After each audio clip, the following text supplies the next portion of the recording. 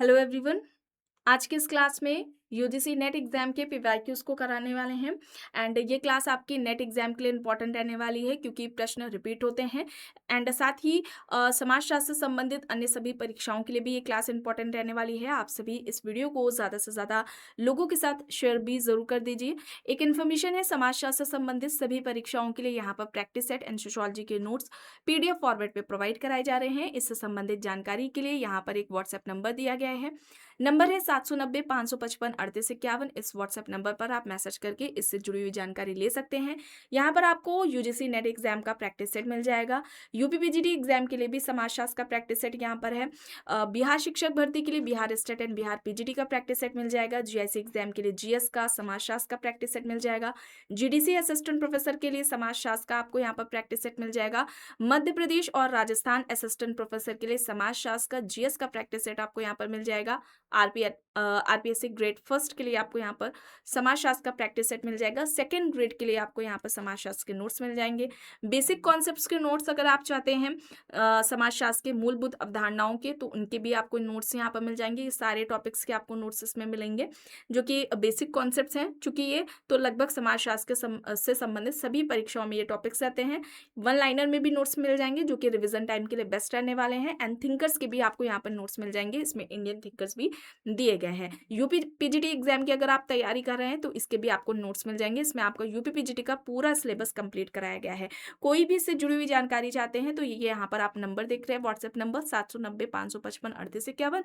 इस पर आप मैसेज करके पूरी जानकारी ले सकते हैं। 125 प्रश्न हो गए थे, उसके बाद के प्रश्न आज इस क्लास में कराए जाएंगे।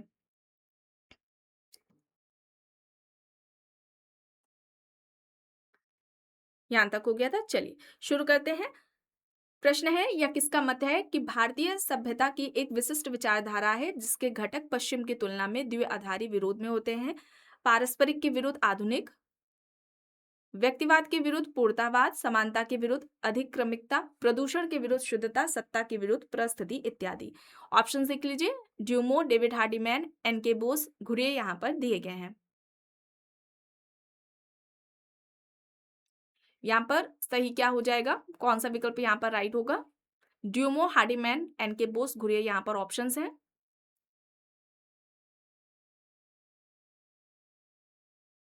यहाँ पर राइट आंसर ड्यूमो हो जाएगा। भारतीय समाज को जाति पर आधारित समाज ड्यूमो के द्वारा कहा गया था। ऑप्शन ए यहाँ पर राइट आंसर होगा। प्रश्न है, आधुनिक युग में शास्त्रार्थ मीमांसा दर्शन के उद्भव की सर्वाधिक उपयुक्त विशेषता इनमें दिखाई देती है? ऑप्शन से जे.एस. मिल, हेराल्ड गारफिंकल, शेलियम मार्चर, रॉबर्ट किंग मर्टन। आधुनिक युग में शास्त्रार्थ मीमांसा दर्शन के उद्भव की सर्वाधिक उपयुक्त विशेषता इनमें दिखाई देती है। यहाँ पर सही क्या होगा? शेलियर मार्चर। ठीक है, शेलियर मार्चर होगा। सी यहाँ पर आपका सही हो जाएगा। सामग्री के विश्लेषण में विभिन्न श्रेणियों के साथ हर समूह में पाई जाने वाली आवृत्तियों की साधारण गणना के लिए किस पद का प्रयोग किया जाता है?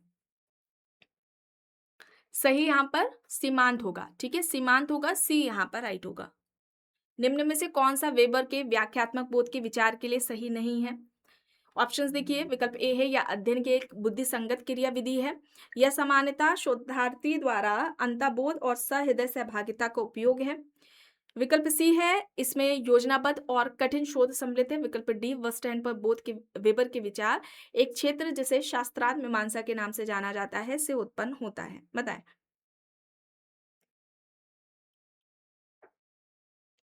यहाँ पर सही क्या होगा?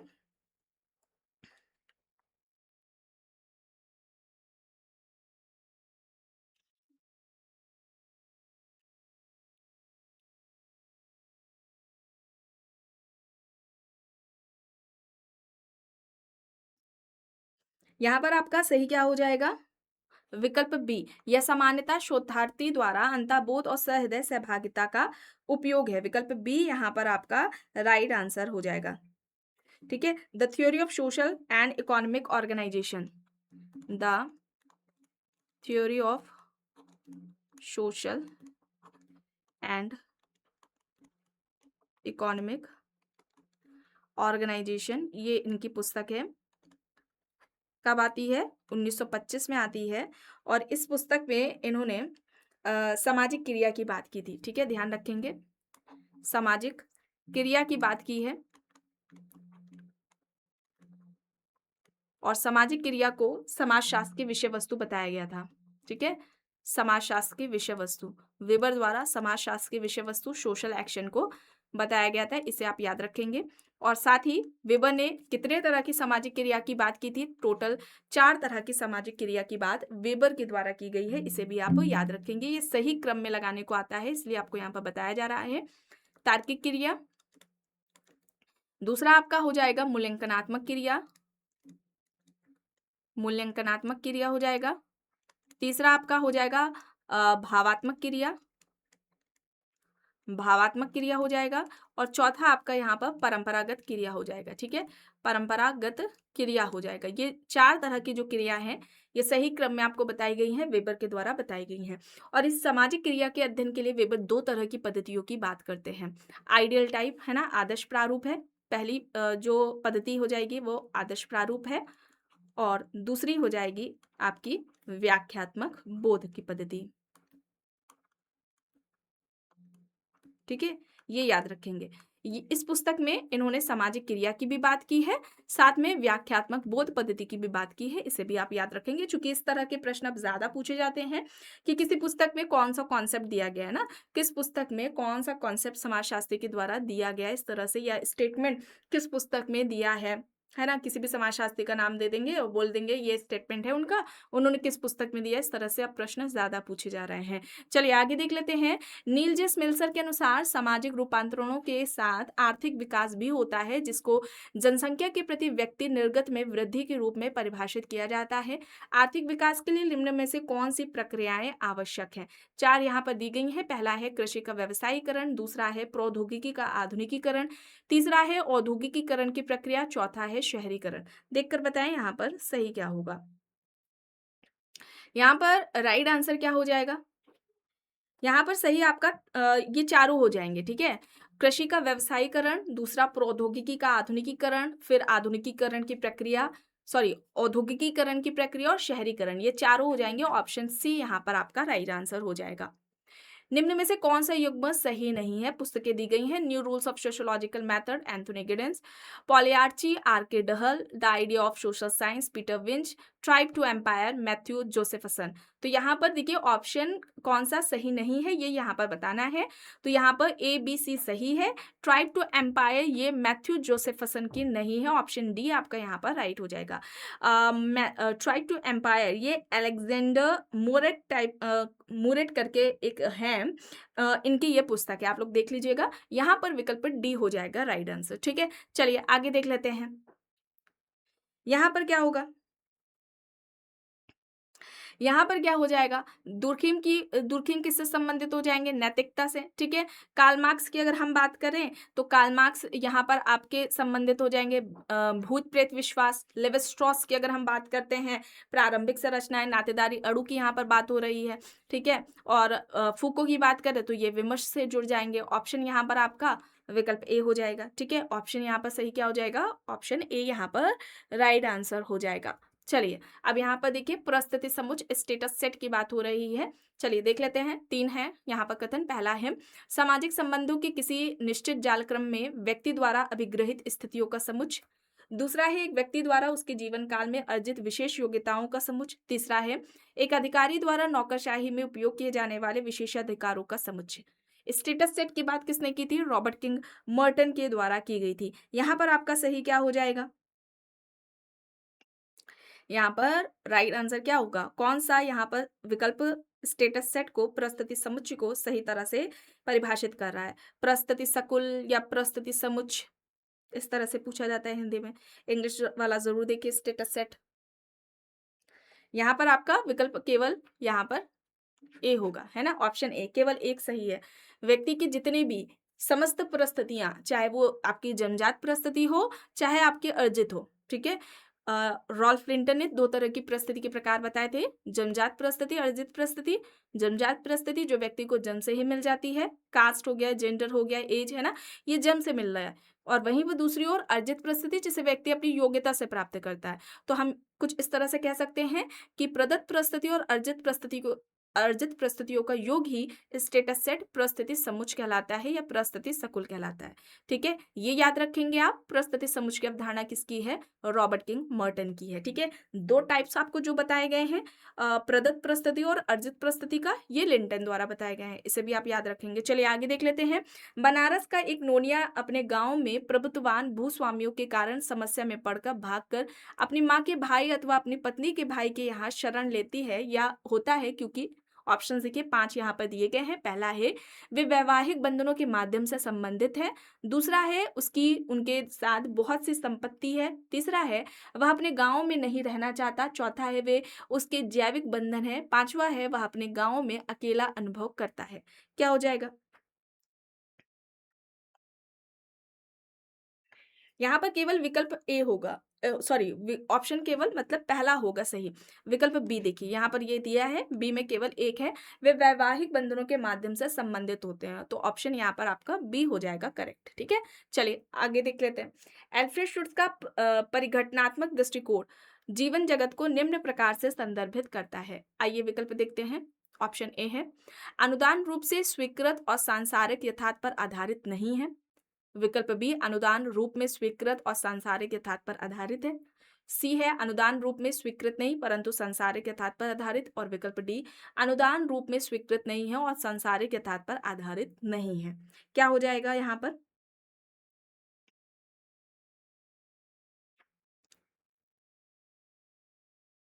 यहाँ पर क्या हो जाएगा आपका? विकल्प बी अनुदान रूप में स्वीकृत और सांसारिक यथार्थ पर आधारित है। ठीक है, विकल्प बी यहाँ पर आपका राइट होगा। अल्फ्रेड शुट्ज को सामाजिक प्रघटना शास्त्र का जनक भी कहा जाता है।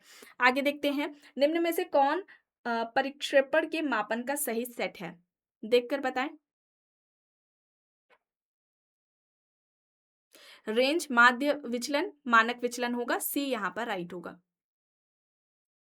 निम्न में से कौन सा संधारणीय अथवा संपोषक विकास में प्रयुक्त प्राय मुखर्जी के S3 आयाम के रूप में जाना जाने वाला आयाम नहीं है? अस्तित्व, सुरक्षा, शैली, गरिमा यहाँ पर दिया गया है। अस्तित्व, सुरक्षा, गरिमा होगा, शैली नहीं होगा इसमें। ठीक है, शैली नहीं होगा, स्टाइल नहीं होगा। सी यहाँ पर राइट होगा। चलिए अब देखते हैं यहाँ पर किसने अपनी पुस्तक the structure of social action में कहा कि श्रम विभाजन सामाजिक विचारों के इतिहास में एक मील का पत्थर है। ऑप्शन है Parsons, Durkheim, Karl Marx, MacIver. The structure of social action किसकी पुस्तक है? इस तरह से स्टेटमेंट देकर भी पूछा जा सकता है, या फिर पुस्तक ना देकर के श्रम विभाजन सामाजिक विचारों के इतिहास में एक मील का पत्थर है।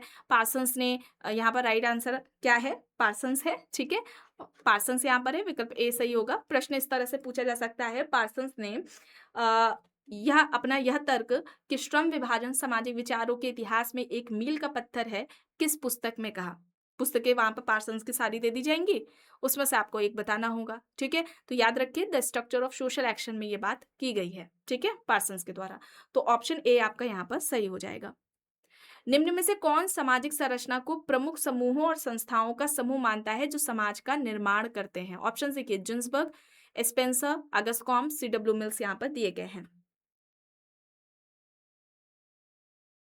यहाँ पर करेक्ट होगा आपका जिन्सबर्ग। ठीक है, जिन्सबर्ग होगा, ऑप्शन ए यहाँ पर आपका सही हो जाएगा। अब यहाँ पर देखिए, ये यहाँ पर राइट हो जाएगा। 140वां प्रश्न है, इनमें से किसने बताया कि 20वीं सदी की दूसरी तिमाही में अमीर और उच्च संस्करण के लोग मनपसंद दूल्हे को प्राप्त करने के लिए बहुत अधिक धन दहेज के रूप में देते थे? S.C. Dubey, G.S. Ghurye, D.P. Mukherjee, M.N. Srinivas यहाँ पर ऑप्शंस हैं। यहाँ पर आपका सही हो जाएगा M.N. श्रीनिवास। ठीक है, M.N. श्रीनिवास होगा आपका। यहाँ पर जो राइट आंसर है वो विकल्प डी है, M.N. श्रीनिवास। ठीक है, विकल्प डी M.N. श्रीनिवास यहाँ पर आपका सही हो जाएगा। चलिए आगे देख लेते हैं। The untouchables, who way they and why they become untouchables, ये किसके द्वारा लिखी गई है? जिन्ना, नेहरू, गांधी, अंबेडकर यहाँ पर ऑप्शंस है।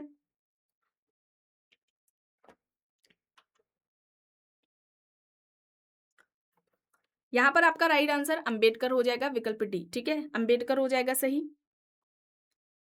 ये 141 है। ठीक है, एक आगे चल रहे हैं हम। चलिए, अब यहाँ पर देखिए ल्यूड्यूमो के अनुसार ग्राम समुदाय के विश्लेषण के अनुसार उनकी प्राथमिक विशेषता क्या थी इनमें से? ऑप्शन से जाति और नातेदारी, प्रवासन और पारंपरिक चरित्र का परिवर्तन, अर्थव्यवस्था और राजनीति, भूमि स्वामित्व और जीवन स्तर।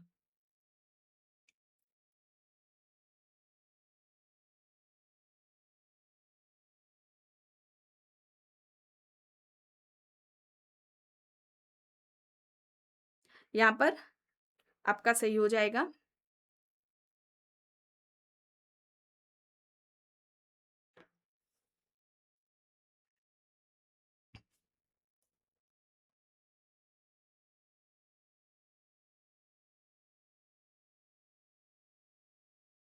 भूमि स्वामित्व और जीवन स्तर, ठीक है। ऑप्शन डी आपका यहाँ पर राइट आंसर हो जाएगा। चलिए, अब यहाँ पर देखिए कौन सा सिद्धांत जनसंख्या के आकार और धन के उत्पादन के बीच संबंध का अध्ययन करता है? ऑप्शंस है यहाँ पर आपके जनसांख्यिकीय संक्रमण सिद्धांत, शून्य जनसंख्या वृद्धि, घनत्व सिद्धांत, इष्टतम जनसंख्या सिद्धांत।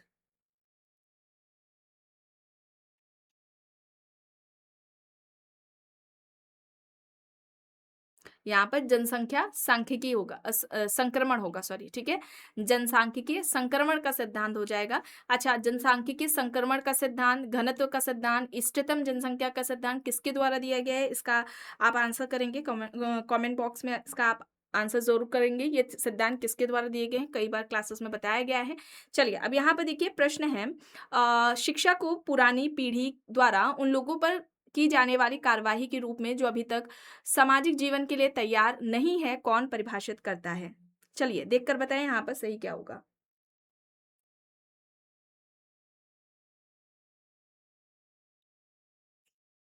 यहाँ पर सही क्या हो जाएगा? मूरे, दुर्कीम, स्पेंसर और रॉस यहाँ पर ऑप्शंस हैं। यहाँ पर राइट आंसर दुर्कीम होगा, ठीक है। दुर्कीम विकल्प बी यहाँ पर राइट हो जाएगा। प्रश्न है, इनमें से किसने नृजातीय समूहों को मुख्य 6 भागों में बांटा जिससे भारतीय जनसंख्या संबंधित है? वे हैं यहाँ पर 6 जो प्रकार है या जो क्लासिफिकेशन किया गया है, निग्रिटो, प्रोटो ऑस्ट्रेलाइट, मंगोलाइट, द्रविडियन है, वेस्टर्न ब्रेचिसेफल्स है, नॉर्डिक्स हैं। ऑप्शंस में देसाई हैं, डीपी मुखर्जी, इरावती कार्वे, बीएस गुहा दिया गया है।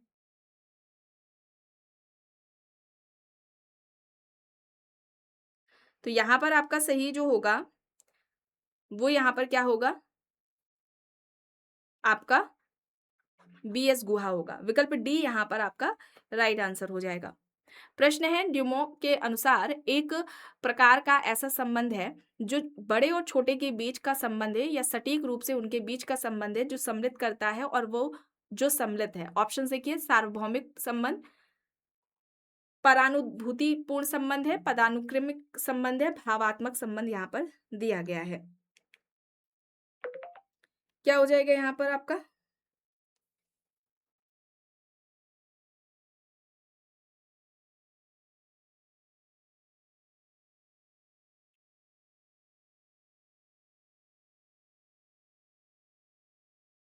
राइट आंसर यहाँ पर आपका क्या हो जाएगा?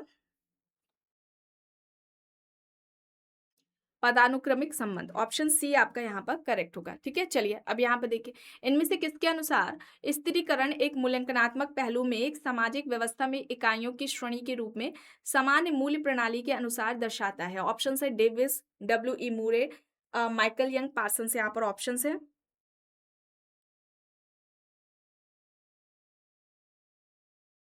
तो यहाँ पर आपका क्या हो जाएगा? पार्सन्स होगा, ठीक है। पार्सन्स होगा, ऑप्शन डी यहाँ पर आपका राइट आंसर हो जाएगा, ठीक है। पार्सन्स यहाँ पर राइट आंसर हो जाएगा। पार्सन्स की अगर हम बात करते हैं तो उन्होंने प्रकारवाद की बात की थी, ठीक है, प्रकारवाद की बात की थी, सामाजिक व्यवस्था, सोशल सिस्टम, इसके अलावा सोशल एक्शन की इन्होंने बात की है, सामाजिक क्रिया। इनका आता है सामाजिक क्रिया का स्वैच्छिक सिद्धांत किसने दिया? तो ये पार्सन्स का है, ठीक है। इसके अलावा प्रतिमान चर की अवधारणा इनके द्वारा दी गई है, प्रतिमान चर की अवधारणा इनके द्वारा दी गई है। और बात की जाए संस्थाकरण की अवधारणा, तो संस्थाकरण का जो कॉन्सेप्ट है ये भी इनके द्वारा दिया गया है। द्वितीयक संस्था की भी बात इन्होंने की है, ठीक है। द्वितीयक संस्था की भी बात इन्होंने की है। और अगर हम समाजीकरण की बात करते हैं तो समाजीकरण के 2 प्रकार, ठीक है, 2 प्रकार, और प्राथमिक समाजीकरण और द्वितीयक समाजीकरण। प्राथमिक समाजीकरण और द्वितीयक समाजीकरण ये किसके द्वारा बताया गया है? ये आपका पार्सन्स के द्वारा ये 2 प्रकार बताया गया है। प्राथमिक समाजीकरण जो प्राथमिक संस्थाओं के द्वारा होते हैं और द्वितीयक समाजीकरण जो द्वितीयक संस्थाओं के द्वारा होते हैं। ये सारे जो कॉन्सेप्ट्स हैं ये पार्सन्स के द्वारा बताए गए हैं। चलिए आगे यहाँ पर देख लीजिए, ये किसका तर्क है कि सामाजिक गतिशीलता यह स्पष्ट करती है कि एक प्रतिभाशाली व्यक्ति अपनी प्रतिभा और प्रयासों के माध्यम से सामाजिक उत्थान प्राप्त करने के लिए बाध्य है, चाहे वह जिस स्तर से संबंधित हो। ऑप्शंस देख लीजिए, Lipset and Bendix, Majumdar and Madan, Peter M Blau and O D Duncan, Horton Hunt यहाँ पर दिए गए हैं।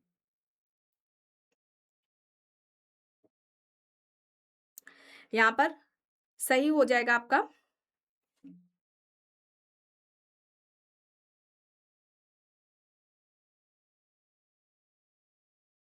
Peter M Blau and O D Duncan, option C यहाँ पर सही होगा।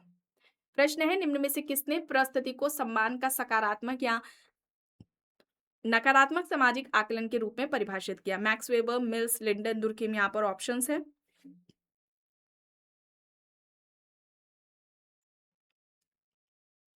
परिस्थिति को सम्मान का सकारात्मक या नकारात्मक सामाजिक आकलन के रूप में किसने परिभाषित किया है?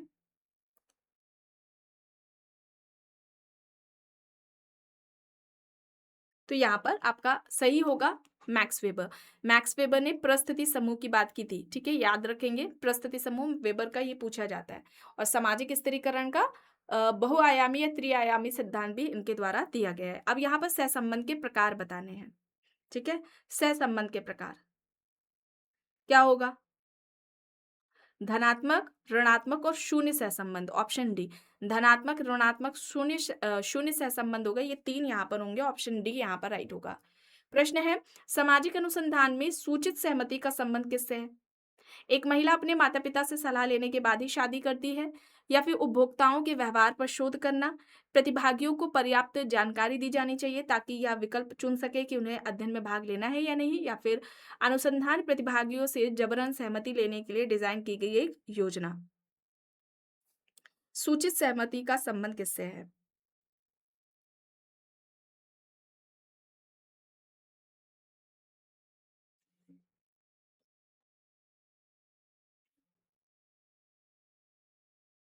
यहाँ पर ऑप्शन सी, ठीक है। प्रतिभागियों को पर्याप्त जानकारी दी जानी चाहिए ताकि वे यह विकल्प चुन सके कि उन्हें अध्ययन में भाग लेना है या नहीं, ऑप्शन सी यहाँ पर सही है। सामाजिक दूरी स्केल उत्तरदाताओं की गर्मजोशी, अंतर्गनता और शत्रुता की डिग्री को मापने के लिए स्केलिंग तकनीकें जिनके द्वारा डिजाइन की गई है ये बताना है। यहाँ पर एंथोनी फॉसी हैं, बुगाडस हैं, जैकब मोरेनो है, अब्राहम मैस्लो यहाँ पर दिए गए हैं। तो सामाजिक दूरी का जो पैमाना था ये किसके द्वारा दिया गया है? बोगार्डस के द्वारा दिया गया है, ऑप्शन बी यहाँ पर राइट हो जाएगा। तो आज के इस क्लास में बस इतना ही। आई होप ये क्लास आपको पसंद आई होगी। अगर पसंद आई है तो प्लीज़ लाइक करिएगा, कमेंट करके ज़रूर बताइएगा। चैनल पर अगर आप नए हैं तो चैनल को भी ज़रूर सब्सक्राइब कर लीजिएगा एंड इस वीडियो को जितना हो सके ज़्यादा से ज़्यादा लोगों के साथ शेयर भी ज़रूर करिएगा।